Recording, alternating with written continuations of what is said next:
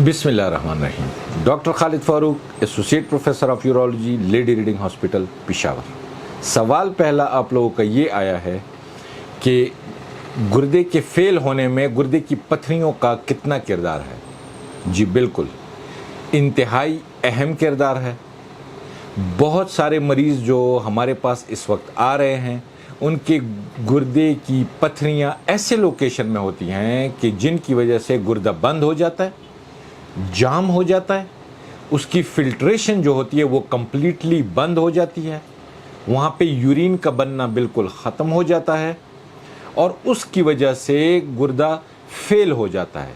लिहाजा मैसेज ये है कि जैसे ही आपको गुर्दे की पथरियों का पता चले, आप अपने यूरोलॉजिस्ट से, आप हमारे साथ कंसल्ट करें, मशवरा लें, ताकि इस स्टेज तक पहुंचने से पहले ही उसका बरवक्त तदारुक किया जा सके।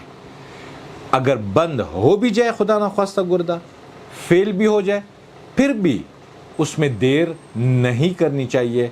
इलाज फिर भी मुमकिन है, लेकिन बेहतर यह है कि बरवक्त इलाज हो, ना कि देर से इलाज हो।